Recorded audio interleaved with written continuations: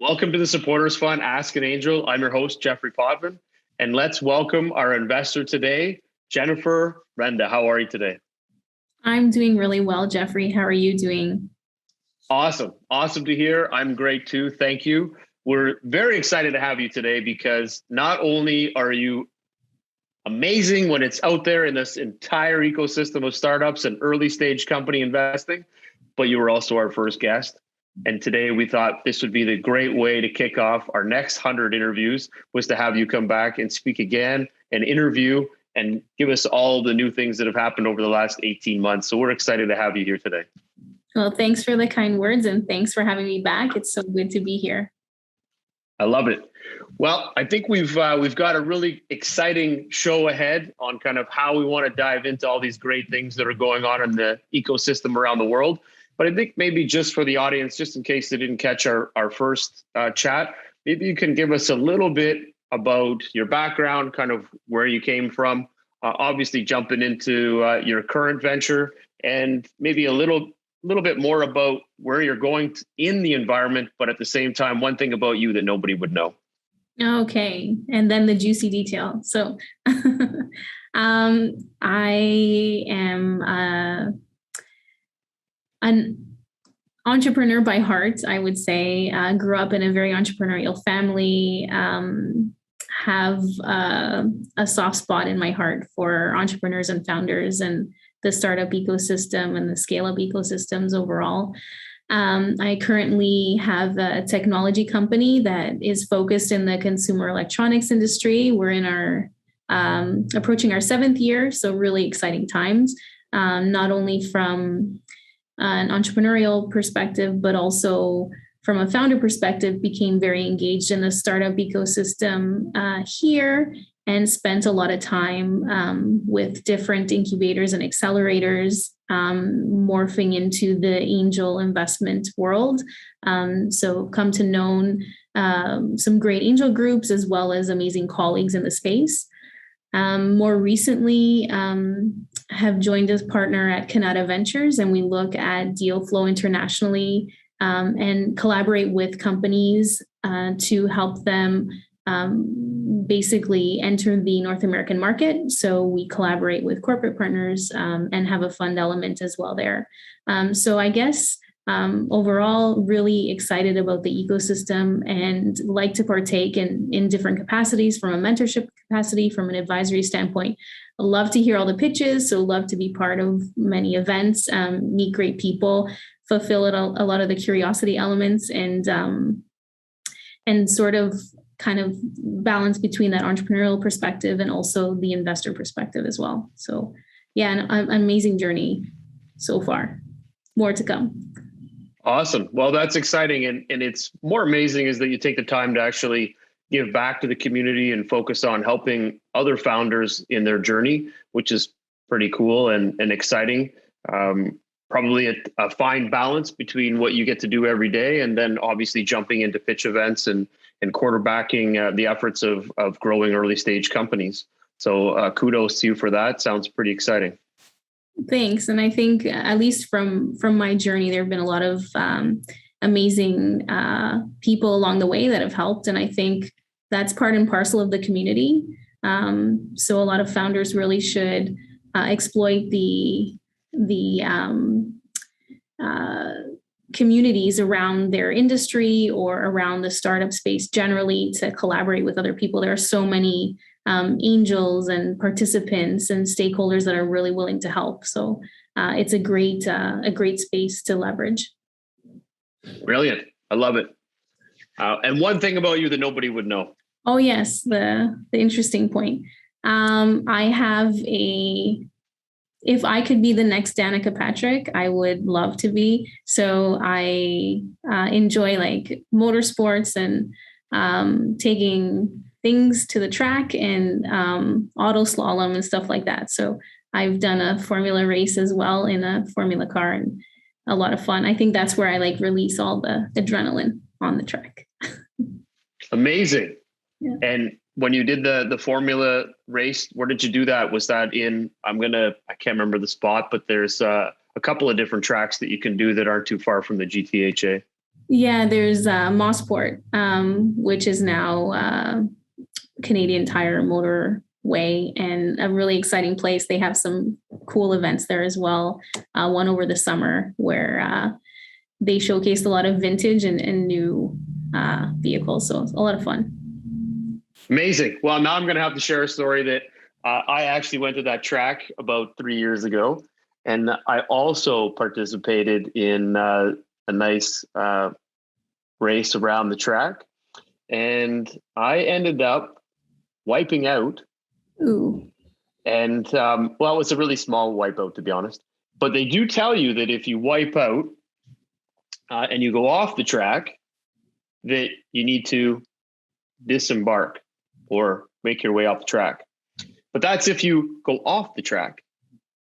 Okay. So as I was racing and I did a 360, spun around and kept driving, they declare that as going off the track. But I never actually left the track. I spun out on the road while keep driving. So they ended up trying to say that they needed to flag me off. But because I was driving quite quickly and catching all around, I kept going, and they didn't really try to stop me, but then they did try to stop me, and they were waving, but they weren't following their own protocols, which was flag and everything else. So I ended up doing 2 or 3 laps, whipping around the track. And then eventually they jumped out, and they were furious that I was supposed to leave the track. But to my point, they said only if the vehicle left the track, which it never left the track.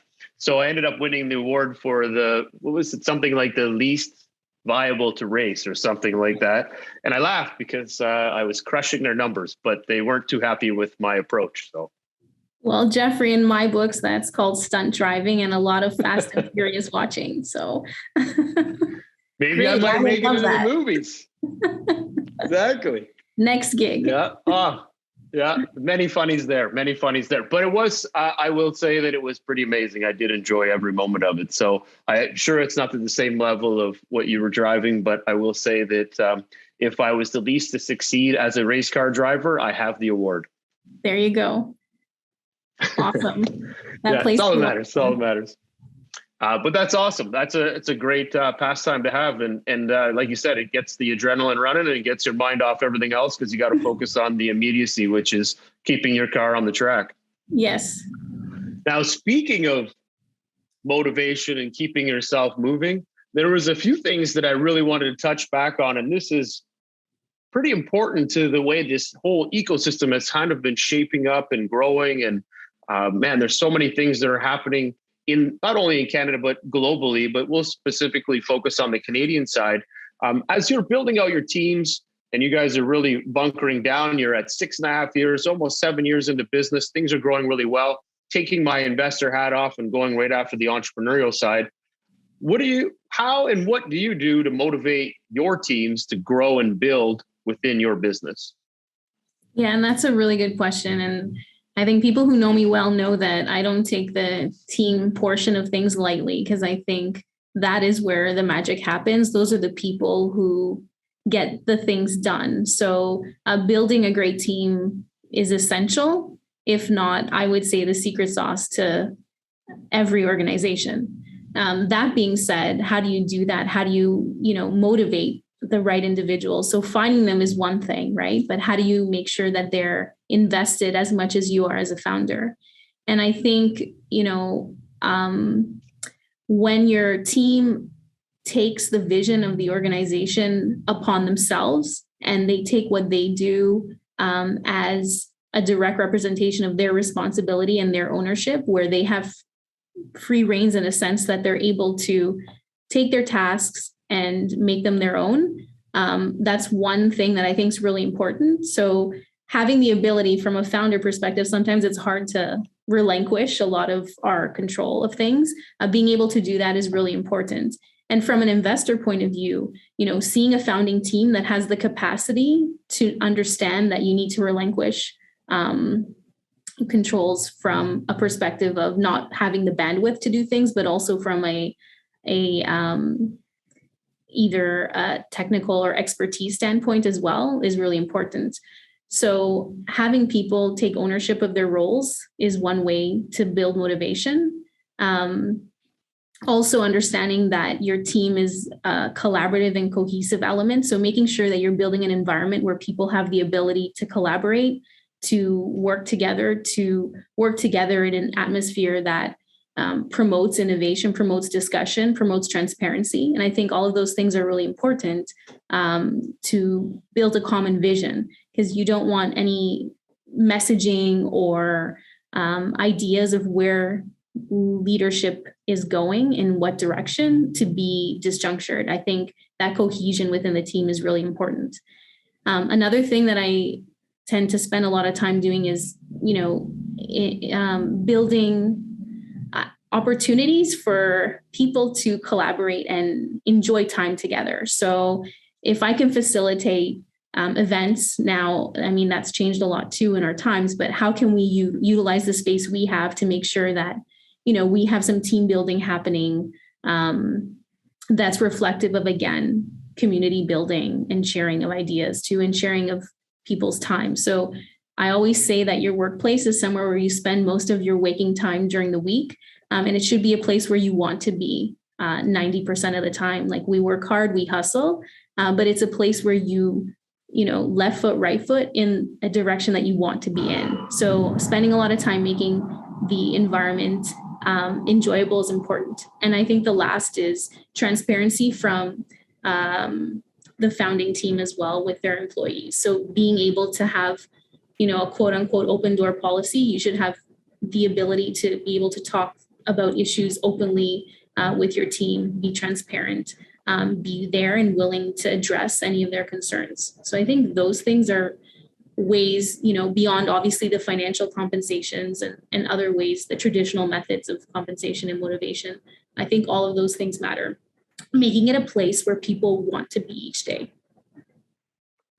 And I think those are obviously all super valid points. Now, when you're diving into the regular forms of compensation, do you have to offset those now today because of the talent pool shrinking? Well, at least it feels like it's shrinking because there's a lot more companies that are coming about. So a lot of people are changing where they're working or how they're working. So do you find that you have to continue to motivate through a compensation, or can you really offset it with a lot of the initiatives that you're talking about where you're bringing teams together, you're collaborating, you're running events? What is the fine balance, and what are people really looking for? And have you been able to explore that during COVID, I guess, over the recent 12 to 18 months? And has that changed your perspective from the previous years that you were running your company? Yeah, and really great point, because I think, pre-COVID and during COVID and now at whatever point we're at, there have been changes into how you best grow your team. And, fortunately for some companies, they've been in a position where they're needing to grow their team. So how that looked traditionally is not necessarily how it looked maybe in the past year. So as we've been hiring, we've run into different challenges. So I think from a compensation point of view, fair is fair and those things matter, right? But from a talent pool perspective, I would say that we've encountered some differences. One being, the smaller talent pool that's been available to us from a hiring perspective, and what that really means for many businesses. So the challenges of people taking on new roles and taking on new growth choices in their careers have been offset by some of the subsidies we've seen from the government and so on. So it's been sort of a competition to get people out of kind of a climatized comfort per se to getting back into the swing of things, fostering innovation, working towards the next steps in their careers, updating themselves with some of the changes in technology, et cetera. So there have been challenges that way. And also challenges in how we integrate as a team, and some of the changes that, may seem subtle, but wearing masks in our workplace, like hiring people without actually like seeing what they look like is sort of weird too. So if I had to see them, without a mask, it'd be sort of strange. So a lot of the things that we could do from a team building perspective has also evolved. And how do we make that happen in our new environment? And how do we, we're staggering lunches and our lunch times, and how does that look? And how does that interfere with how people engage with one another too? So there have been challenges in that regard as well. Nonetheless, I feel that it's gotten a lot better. And I would say that we're on a path where finding talent is somewhat less daunting as it was earlier in the year, but still something that a lot of founders are probably struggling with right now. And you find that some of the challenges now, after 18 months of living in a box, I guess, and being afraid to be close to somebody or have no mask on, that when you're trying to hire someone, they just want to stay home and work and do Zoom, and you're kind of have an in-office presence. So how do you kind of convince somebody that, in order to work for us, you have to be on site? And is that even a thing now? Or when you hire someone, it's your choice. It's not your choice as an employer. It's the choice of the employee on what they want to do, and you kind of have to adhere to it. Is that the policy, or are you still able to push, hey, we're a team, we're a unity, we need to be here, this is how we operate? And does it still work, or do you get a lot of pushback from talent? Yeah, so I guess the fortunate thing has been we haven't needed to close our doors, essentially. So we've been here throughout. It probably how I kept my sanity throughout COVID, having somewhere to be most of the time. That being said, some of the roles that we hire for require the person to be on site, which is part and parcel of what's required. So we can't really kind of argue that point. If it was possible for some of those roles to be remote, would I be against that? Absolutely not. But at the same time, I think there's sort of a divide. You get the individuals who are very eager to get back into the socialization element of their careers and they're in their workplace, and then there are people who really have that hard stop. And if that's the case, then I guess just the match doesn't work, right? So you get a bit of both, but it's obviously one of the pieces on the checklist where you need to be in accordance with each other, that's what's going to happen. So hiring for in-person work is generally more challenging now than it was before, obviously, but it's still doable. And there are a lot of people who really want to be back into the swing of things. I guess it's look for those people that want to be back in the swing of things, because they probably got a lot more eagerness to keep running and gunning. I noticed that in the news, they've now, and again, I don't know if this is everywhere, but they've claimed that there will be no longer snow days, because you can log in and actually take school online during a snow day. So someone wrote, "Thank God I grew up when I did, because I still was able to have snow days." So today they're going to turn them into work days. So it kind of takes that same perception, is that, now we can work 24/7, 7 days a week. There's no issue where you are. As long as you've got a laptop, you can plug in and work. I'm guessing that benefits yourself, your business. But is that a motivation for the employees when they come into a business? And I'm going to take it again from that founder's perspective. I'm trying to build a scaling company. I need to move quick. I've noticed a lot of companies have started to hire people all over the world today. I can't say how well it's working for it, because it is a different style of business development. What I'm really more curious of is the people that are coming out of school that you're hiring. How are they adapting to the non-collaboration, not being in an office? Do you feel that there's a slowdown on their learning because they're not bouncing into conversations at the water cooler or in meetings, and it's less personable? So do you feel that there might be less knowledge transfer and people that are not being as sharp as they should be because they don't have that same collaboration?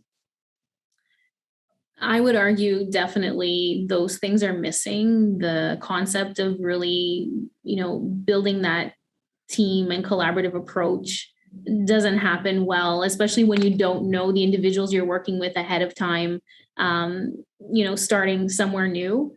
Is it possible? Clearly it's possible. It's happening each day. Is it preferable from my perspective? Maybe being more social, I would prefer that to happen in person.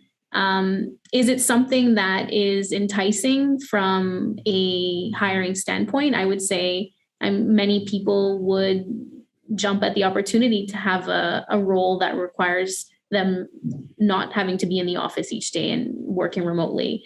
Does it bode well for many companies? I would argue yes. I mean, it's easy for me to get things done wherever I am as long as I'm connected, right? And that's applicable to many organizations and totally cool. But I do think that the human piece of the puzzle is really important, not only from your team perspective, but even something that I've struggled with from a client perspective, right? Or let's say from an investor to investee perspective.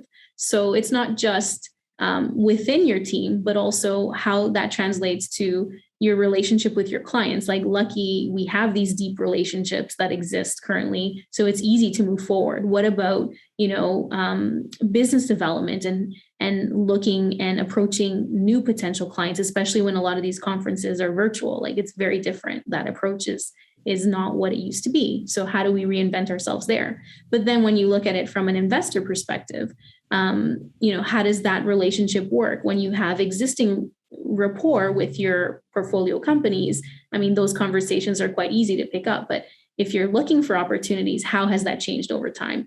If you're a founder looking for investment, how has that changed over time? And, we've seen, Jeffrey, yourself, from some of your initiatives that you've done, and a lot of the things that have had to everything that has had to go virtual, how that's changed the dynamic. But I think that affects all stakeholders and all relationships within each subclass of stakeholders too. And it's fascinating you say that, because even when you're working with your team, and maybe when you worked in an environment, you had 10 touch points per day where you were seeing, nodding, shaking hands, waving at people on your team inside of the space. Now maybe you're having one touch point every 2-3 days because you don't have that same interaction. So does it lose the personality of the whole collaboration? And then even with investors and being able to integrate into the companies or talk with their portfolio companies, we're starting to see companies that are pitching that don't have an office and they're purely 100% virtual. So does it scare you to think, man, if everything's virtual, what am I buying into? And will this company be able to be successful if their team is scattered all over the world and they've got a founder and I can't track him down or her down because they're nowhere to be found? They're on this digital stream somewhere, living as a nomad, and I need an update, or what's going on with the company or with this line of business, because you're not in that collaborating space as much as you used to be and what we're used to. And now that's all shifted. So does your mind start to go into, I need to wrap this up tighter and closer and bring more controls back? Or do you kind of just play out with it and see how the business grows and if you can scale in this same open space that you aren't really used to anymore? I would say that in light of the recent initiatives that we've taken on at Canada Ventures and looking at global opportunities, I think that in and of itself has been something that has changed perspectives in terms of that arm's length approach to how we choose companies to engage with. So it doesn't necessarily mean that they need to be, in your city or in your country, or a reference from someone who locally in that particular market. Now dealing with those types of challenges kind of opens the door to being more welcoming of some of the other things that you mentioned. So the idea that people work virtually, or they're not sort of the traditional setup of an organization, or they didn't come out of, a facility or an incubator or an accelerator. It's just the nature of that. So I think the Band-Aids already been ripped off to be open to these types of situations, and that's okay. And I think it's becoming something that we need to normalize, essentially, especially when you're looking at international deal flow and international opportunities. Very cool. And I do agree that eventually, if we're not already there, you have to start looking at the opportunities regardless of how they come to you. And even if they don't have an office or they don't have one location, is it business, and is it something that we can invest in and let them manage how they're managing their distributed team and go from there. I guess in a way, it will always create some sort of tension when you're looking at your own business and saying, if I can't distribute everybody on my team and I have to have an office because it's how we get things done, how does everybody else manage to get this production to move forward? So you have to jump through your own biases on how you operate in order to ensure that you can be less rigorous against the companies that you potentially might invest in that are running separately and diverse all over the world, in hopes that they're going to be able to hit their initiatives at the same time. So it's a mouthful, but I guess there's a lot to learn as we keep moving forward. Now to take a step back or to kind of layer in this one more piece, you've built up these strong teams, you're getting people motivated, and business is moving along nicely. Now you've got one more constraint that kind of holds things back a little bit, and that is the government Band-Aid. And what they've got this, I don't know how long it's going to go for or what it turns out to be, but you have this desire for universal income. How does this affect innovation, company growth, and scaling? Because at the end of the day, the talent pool, I would think, only keeps shrinking when you start throwing and sprinkling more money out. And this isn't just in Canada. This is a global phenomenon that's happening where everybody's looking at maybe creating this global income that allows everybody to survive. Does this now affect you from a founder perspective? And then, of course, putting on the investor hat, does this just become another government regulated concern that we all try to work our way around? Or again, you leave it to the founder to decide and just let them kind of operate in the way they need to? Yeah, that's a really interesting topic. And I'm going to answer from a Jennifer perspective. And one of my greatest passions is innovation, creativity, curiosity, and knowledge. And I think when we look at the idea of universal income, I feel challenged in making sure that those things are actually achievable.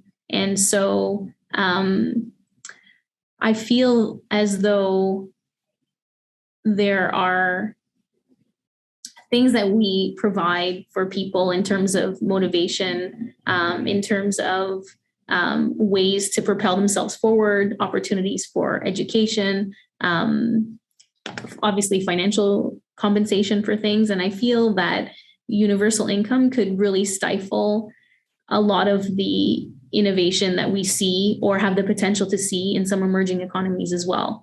And so just like we had to reinvent ourselves in prior situations and transitions within society, I feel that we have the capacity to do so again. And we are able to make sure that we can evolve certain job opportunities so people can be trained for other things that evolve from the transition of some roles into more automated roles. And there are always peripheral things to support that. Not only that, but there are emerging industries that, are very attractive to investors currently that have the potential to generate a lot more opportunities from a career standpoint as well. And so I think from a human level, we need to have the ability to be agile, to support innovation. And through that, I feel that, more of a competitive landscape would foster those sort of visions above and beyond a universal income approach. So in taking that approach, does that put you on the right side or the left side of universal income? I would argue that there are other ways to solve the challenges that universal income looks to solve. I don't think that's a solution. And I feel that there are many other ways to reinvent ourselves and leverage a lot of the things that are available to us to come out of those challenges in a more innovative and prevalent society, I would say. I think that if we look at it from an innovation standpoint, it would be stifling. So in taking that, and it just crossed my mind that if we were to dive into the comment that Prince William stated the other day, that all of this space talk and spending money to travel to space is the wrong way to go on an innovation scale, is that we should be focused on the people on Earth and the things that are going on here.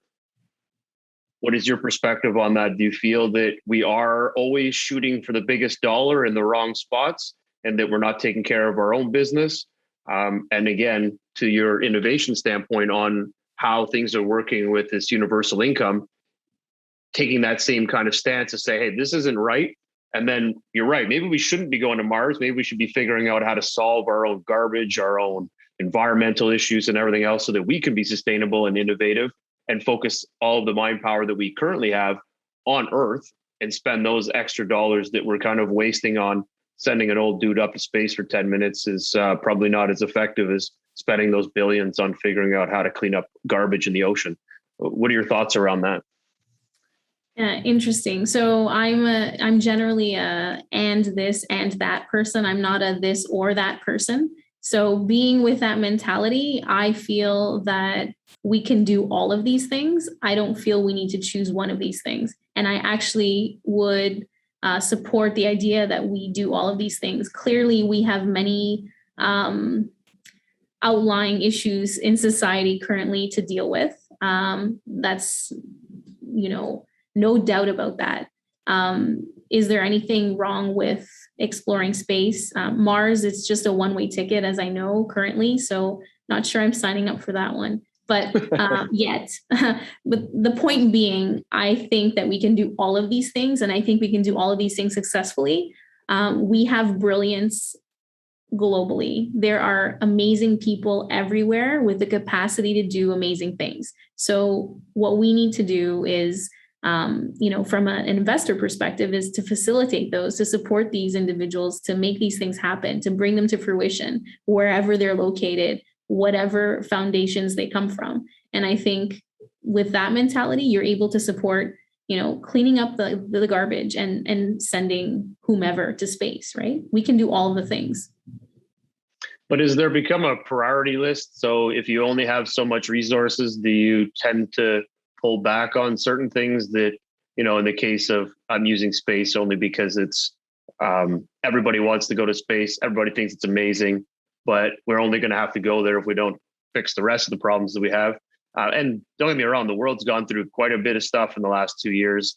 I think we've seen our face in the mirror quite a bit and had to kind of make some changes in general. But if you were to look at what that innovation looks like and how we tackle that innovation, do you prioritize things like hitting, I know we're getting a little political here, but like hitting the carbon footprint changes that are needed, things like that? Do you try to shift the way innovation is being looked at and say, you know what, we're going to fund these areas because they're highly important. We're going to push the climate accord. We're going to push these things to get those into the forefront because maybe they haven't taken enough of a stance over the last 10 years, but today it seems more prevalent that they need to be pushed. And the innovation is probably only scratching the surface on how deep we can go to really innovate, and then forcing corporations to start pivoting and innovating quicker and faster as well. So now you're taking that brain power that might have been associated with sending a rocket into space and putting those resources into something that's going to be a little bit more innovative and effective for global gratification, if you want to call it that, over the next 10 to 15 years. Yeah, clearly I'm not arguing that we just let's all pack up and get to space. As much fun as that would be, and as much people miss pulling a luggage around, I'm not sure that's the case. But what I would say is that for things that matter, generally speaking, I can maybe argue a few industries. I feel like we are doing the right things to encourage growth in those areas. So, for example, in biotech and health tech and drug discovery.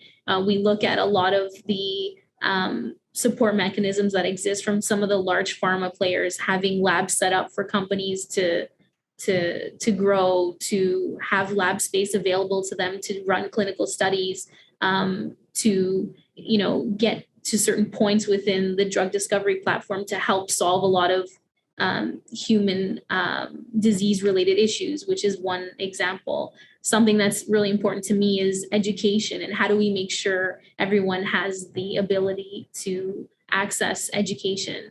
And so, we have initiatives there. Then we look at, clean tech and green tech. And so a lot of focus being put there, not just from a corporate perspective, but also from a startup perspective. So I would say that things are happening. Do we need to do more? Of course. Do we need to collaborate more? And I would argue absolutely. And I think if we take that approach, we can maybe fast forward a lot of these things. So it's not necessarily that we're lacking talent. What I think is we're lacking collaboration. So do you think then in the next, say, 5 to 10 years that government takes a stronger stance in where they're funding dollars in order to drive that collaboration and drive that innovation into clean tech, into health tech, because these are important issues that are being surfaced every day? So allow the governments to push that innovation side, which then will drive more people to want to spend their money, which I think would then, investor-wise, which then would kind of fall into the line of here's where innovation's going and here's some hot sectors from your side? Yeah, I would argue absolutely. I think that obviously we need the government support for a lot of these things, assuming they make choices that resonate, then obviously those initiatives coming from that perspective really help. It encourages a lot of the players, right? The bigger stakeholders. It encourages investors to invest in that space. It encourages people to partake in those industries, to study and educate themselves in those spaces. So definitely that would be part and parcel of a complete solution. And I think it would be probably necessary to make those things happen, at least in many countries. And from that innovation standpoint, can you give us one or two areas that you think will be really hotbeds in the next 2 to 3 years or 5? I would argue that health tech and biotechnology is probably, because I'm a little biased and they're near and dear to me, but this is really where a lot of action happens. And something that I think is going to, it's a lot of subsets of those industries have been validated through COVID, right? But that was not looking at it even from the bigger picture. From the bigger picture, I think these are industries that are really important and exciting and are relevant. Another one is like clean tech and green tech. And I think as societies move towards smarter cities, like how do we navigate that? What do the peripherals look like around that? And I think that's a really interesting place. And a third, I can go on, but maybe a third for this conversation would be fintech as well. So I think those three larger areas are something where, innovation is happening, people are partaking from a founder and funder perspective, and that are relevant, obviously currently, but as we move forward. Is there one area that you've kind of touched on or crossed over the years that you felt that just never really got in any innovation and it's kind of prime for that? Interesting question. Because I think it feels like it's kind of like when you go to the movies, you're like, they'll never come up with anything innovative anymore because every movie's been done. But then every year they come out with 1,000 more movies and they're all just as exciting and innovative and cool. And you're like, man, I just thought they ran out of ideas. How is this still possible? So are there any sectors like construction's gone under a massive rehaul? So that whole area has really changed a lot. Is there any other sectors that just pop out and you're like, this is incredible, what's going to happen in this space? Or, hey guys, here's a hint, take a look at this one? Well, I would say logistics is really interesting. And that's evolved immensely more recently, but like, how do we navigate that moving forward? How do you be creative in that space? So I would say that's a pretty interesting place where things have shifted a lot and things can continue to shift and be really interesting as we move forward. So I've seen some startups emerge in that space, and I find it really exciting, and I know it well. So I'm interested in that, but I feel that there's way more to come in logistics. So kind of like taking the what's that tube where they're gonna put people in and shoot them across? What's that tube called? The oh my God, the Elon Musk tube or whatever that thing was called. Anyways, it's like taking that type of thing, instead of making it about getting people from one city to the other in less than 13 seconds, going through a hyperloop. There you go. Going through a hyperloop, that you'll actually start shipping products that way. So doing other ways to move products and goods, from drones to this or that, every type of technology out there, that it's going to allow for logistics to work that much more seamless, quicker, faster, and reduce emissions while doing it. Yeah, it's an exciting space for sure. I like it. I agree. It's pretty cool. All right. Well, I think we've kind of gone on a nice little journey there. I think I really enjoyed the aspects of what it takes to build a team, how to motivate your staff, the government side, and how they kind of have to play a part in order to help move this along.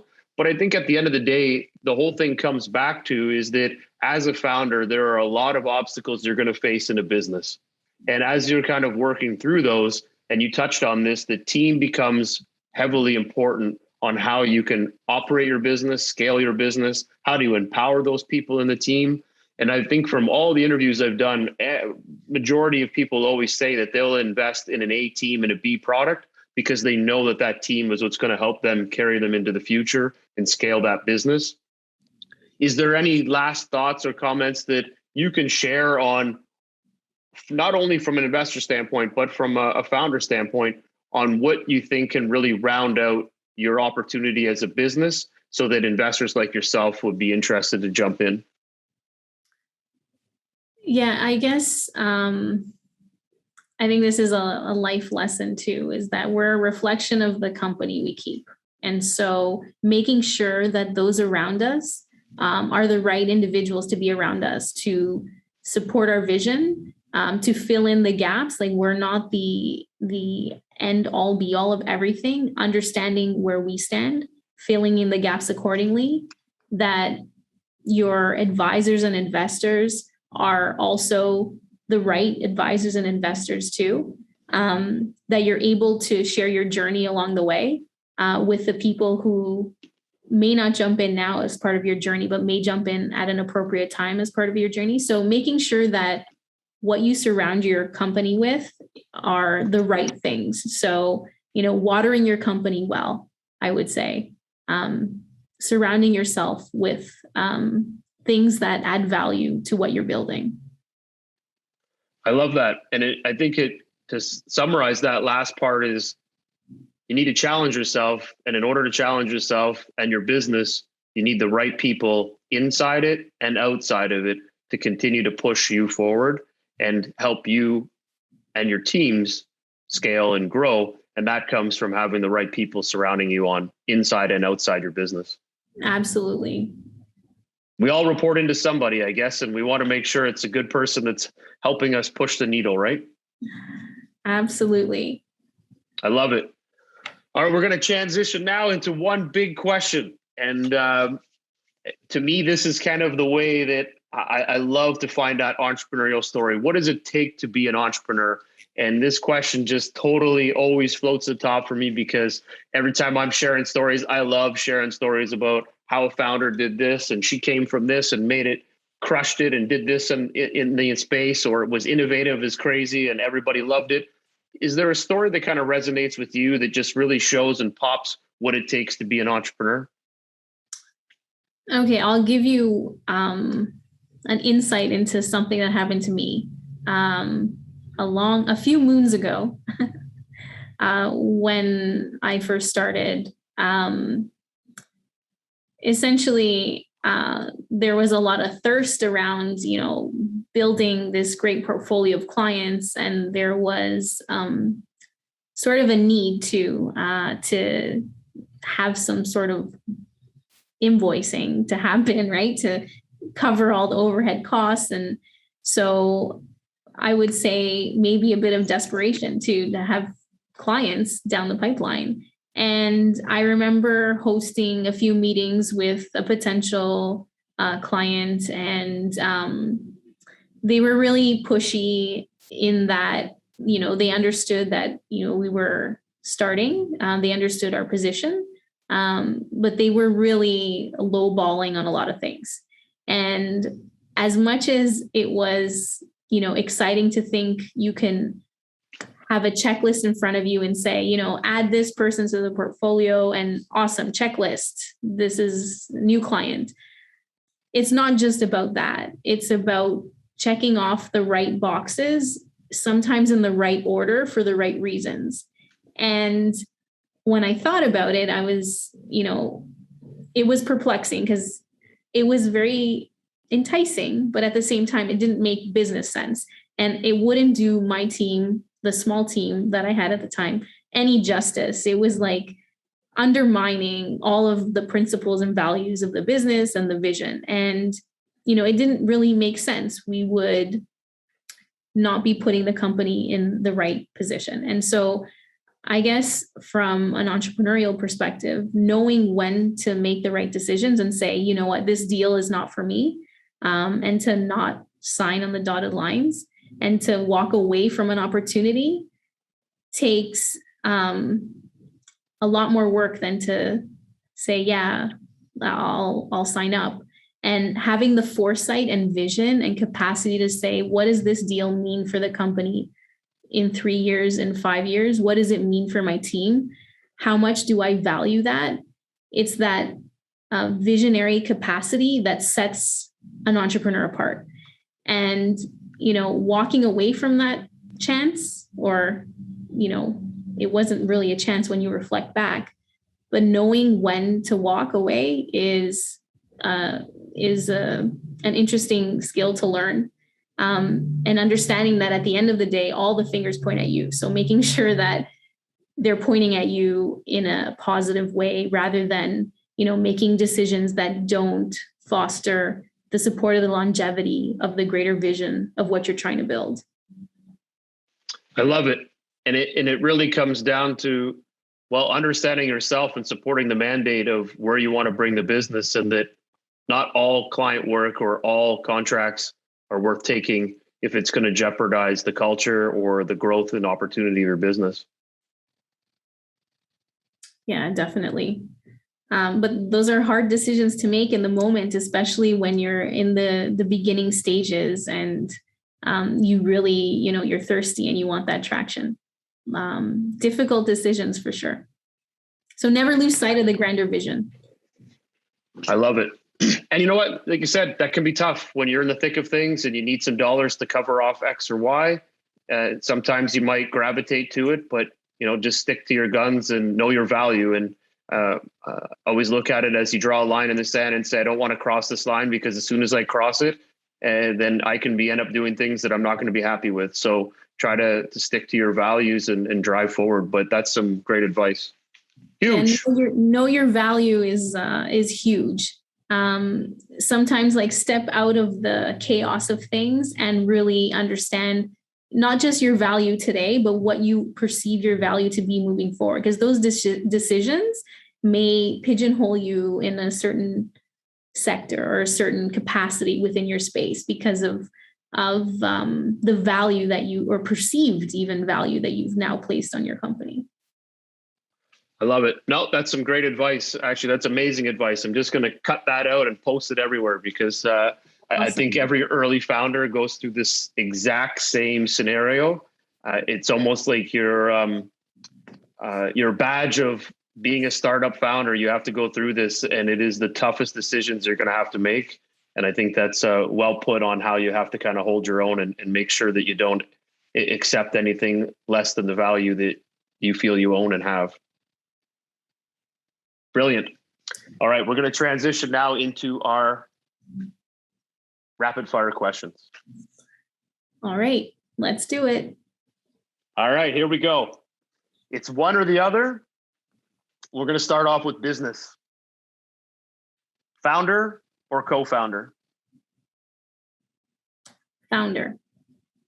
Unicorn or 4-year 10x exit? Unicorn. Tech or CPG? Tech. Brand or tech? Tech. AI or blockchain? AI. First time founder, or second or third time founder? Ooh, that's a tough one. This is really a tough one. I'll go for the first time founder just because I think it's encouraging, because we all start somewhere, right? Agreed. First money in or Series A? First money in. Angel or VC? Angel. Board seat or observer? Can I give commentary on that, or I just have to pick one? Rapid fire. Yeah. Rapid fire. One. Board seat. Okay. Safe or convertible note? Safe. Lead or follow? Okay, this is rapid fire. I'm gonna lead. Equity or interest payments? Equity. Favorite part of investing? The ability to satisfy the need for curiosity and being part of an innovative journey with amazing people. Love it. Number of companies invested per year? 5. Preferred terms? It varies. Depends on the deal. Okay. Verticals of focus? Mostly health-related opportunities. Mostly, but there are left and rights there. Okay. What are 2 things that need to stand out on a startup to have you want to invest in them? Team, scalability. Perfect. All right, now we're going to go into the personal side. These will be more rapid then. All right. Book or movie? Movie. Superman or Batman? Batman. Pizza Pop or ice cream bar? Ice cream. 5 minutes with Bezos or Oprah? Oprah. Arsenal or Manchester United? Juventus. You have to accept that one. I'm trying to find Arsenal fans, but I will accept it. Okay. Bike or rollerblades? Bike. Big Mac or Chick McNuggets? Big Mac. Trophy or money? Money. Beer or wine? Wine forever. Alarm clock or mobile phone? Mobile phone. Hotel or hostel? Hotel. King or rich? Rich. Concert or amusement park? Concert. Fortune cookie or birthday cake? Fortune cookie. TED Talk or a book reading? TED Talk. Is life boring without Trump? Somewhat. Missing the tweets. The action has died down, the noise as well. I love that question because it is entertaining for me anyways. All right. I think we already have the answer to this question. Oh, I was supposed to change the sequence of questions. Anyhow, favorite sports team? Juventus. Favorite movie, and what character would you play in the movie? Okay, I'm really bad because I watch movies and then I just, move on with my life. So I'm not really good at this love the movies thing. Can it be a Disney movie? Could be anything that you really like, something that pops in your head. You're like, I really like that movie and I want to play this character. Cool. Or So that character represents me. I would love to be Moana in Moana because she is such a free spirit. She travels the ocean to, really has that exploratory nature to her, very curious, loves her heritage as well, adventurous. And yeah, so I am Moana. I like it. I thought that was great as well. Did they haven't had a sequel for that yet, or did they? Well, they should hurry up on that one because I want to know where my adventure takes me. I love it. All right. Favorite book? Favorite book? I think it's a good life lesson book, and it's the Mark Manson, The Subtle Art of Not Giving a Fudge. A lot of things that you can take away from that book that are really interesting in life. And one of the things that I like most about it is, I reference it sometimes when I think about what I'm doing, like to have a purpose behind the things that I choose to do. And it's understanding what you're willing to struggle for. So struggle is awesome. And struggle kind of weeds out what you should spend your time doing and what you shouldn't. So what is it in life that you're worth struggling for? And those are the things you should choose to do. And the things that are peripheral, you shouldn't give a fudge about. I like it. All right. Next question. Most famous person that pops in your mind? Right now? Yep. Leonardo da Vinci. I like it. First brand that pops in your mind? Porsche. Nice. All right. This is the very last question. All right, make it count. What is your superpower? My desired superpower is to have many clones because I want to dabble into so many things, and I feel my list of to-dos never gets crossed off fast enough. But my real superpower is the ability to be a chameleon. And that means that I can alter myself to navigate any environment that I come across. And that really bodes well when you're traveling and when you're dealing with different companies and when you're dealing with different life events. And so I'm a human chameleon. I love it.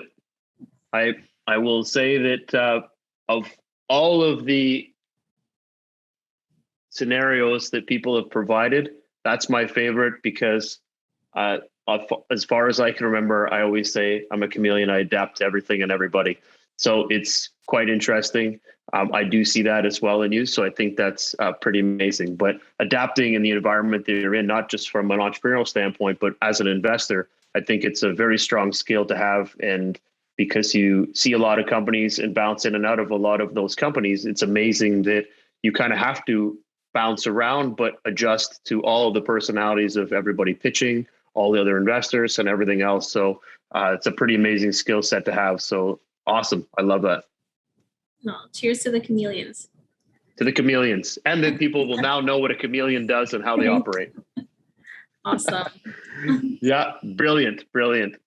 Well, Jennifer, I want to say thank you very much for joining us today. I had a lot of fun, learned a lot. I will show my book because I took a lot of notes, double paged, writing like crazy. So again, thank you very much for coming back to be not only our first, but to be our 100th. And we should put another footnote in there. I don't want to say 1,000th because that is a lot of interviews. So that might be a long time from now if we go to that one. But maybe we can find another pinnacle milestone for where you are and where we end up landing. And maybe we can have a regroup around that, whatever that number is. But we'd obviously love to have you back. And maybe it doesn't have to be in 100 shows. It could be something more often, if you will. Awesome. Thanks for having me, Jeffrey. Always great speaking with you. A lot of fun. And thanks so much. Awesome. Well, the way we like to end our show is we want to give you the last word. So anything that you want to say to investors, to startups, to anybody out there, I turn it over to you. But again, thank you very much for sharing everything. You're awesome. And again, thank you. Thanks, Jeffrey. We're all a reflection of the company we keep. So from a personal and professional level, make sure you surround yourself with the things that bode well for your greater vision. And when you can be a chameleon. Have a great one. Okay, that was awesome. Jennifer came back for our 100th episode. So that was kind of cool that we got to interview her way back in the day. And then we got to interview, first, and now we get to chat with her again. So taking a different perspective, and hopefully we'll get to do more of those. But, I think from the conversations around motivating team, building a fantastic team, does this universal income offset the way you build out your team? Are people getting too lax? How is that going to work? And how does that affect a startup from an investor and from obviously a founding standpoint and team? I love the fact once you got into, you got to have a common vision, transparency, open door policy. Everything comes back to innovation. How can you continue to innovate your business to improve and always be better, and make sure you got the right people supporting you inside and out? All great stuff. Thank you very much again, Jennifer, for coming back and helping us celebrate our 100th, and look forward to chatting with you many more times. So thank you, everybody, for joining us today. If you enjoyed the conversation, please subscribe to our YouTube channel or follow us on Spotify, Apple Podcast, and or Stitcher. You can also check us out at supportersfund.com, or for startup events, visit opn.ninja. Thank you and have a great week.